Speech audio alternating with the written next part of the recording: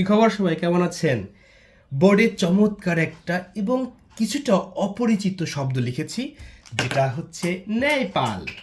ন্যায়পাল ন্যায়পাল সম্পর্কে হয়তো আপনাদের অনেকের ধারণা আছে, কিন্তু অনেকে জানেনই না ন্যায়পালটা কি।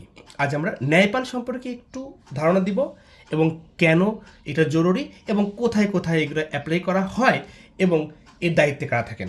ঠিক আছে? আচ্ছা, ন্যায়পাল, আসুন আমরা ন্যায়পাল সম্পর্কে একটু জানি।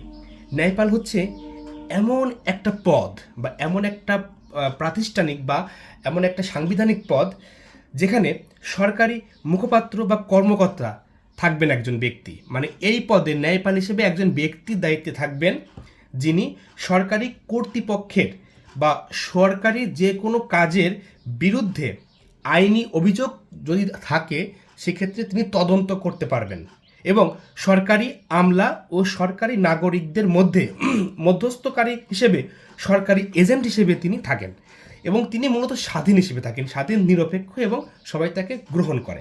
আচ্ছা, এটা গেল বইয়ের ভাষা। ধরেন যে কোনো দেশের সরকার এই পদটা সরকার এই পদটা তৈরি করেছে। এখন সরকার তো সবসময় সঠিক পথে চলে না, কোনো কোনো সময় কিন্তু সমালোচনার মুখে পড়ে। এখন যদি কোনো একটা কেলেঙ্কারি বা কোনো একটা দুর্নীতি করে ফেলে সরকার, তখন এই তদন্তের দায়িত্ব নেবে এই ন্যায়পাল বা এই ন্যায়পালের দায়িত্বে যিনি আছেন ইনি তখন সরাসরি সরকারের বিরুদ্ধে যে তদন্ত করবেন।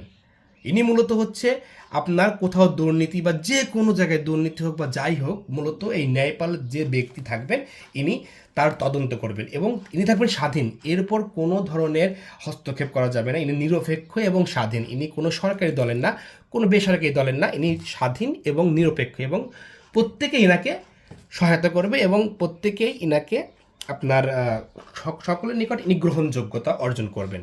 ঠিক আছে? এখন এই ন্যায়পাল এই পদটা প্রথম কত সালে কোন দেশে প্রথম প্রতিষ্ঠিত হয়? এটা অনেক আগে, 1809 সালে সুইডেনে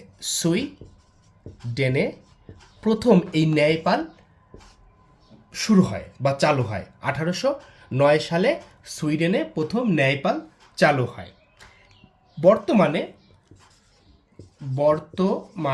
বর্তমানে প্রায় বিশ্বে 100টার বেশি দেশে ন্যায়পাল চালু আছে।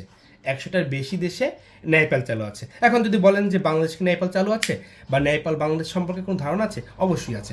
কারণ বাংলাদেশে 1972 সালের যে সংবিধান আছে, দেখবেন 1972 সালের যে সংবিধান আছে, বিধান তার আপনার 77 নম্বর অনুচ্ছেদে, 77 নং অনুচ্ছেদে সুন্দর করে এই ন্যায়পাল সম্পর্কে বলা আছে।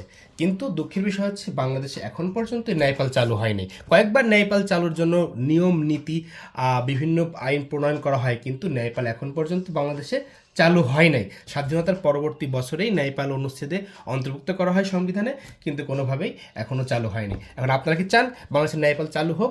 যদি চান অবশ্যই কমেন্টে জানাবেন। ঠিক আছে? কমেন্টে জানাবেন। ধন্যবাদ সবাইকে। নতুন একটা ভিডিওতে আবার কোনো একদিন আপনার সাথে দেখা হবে।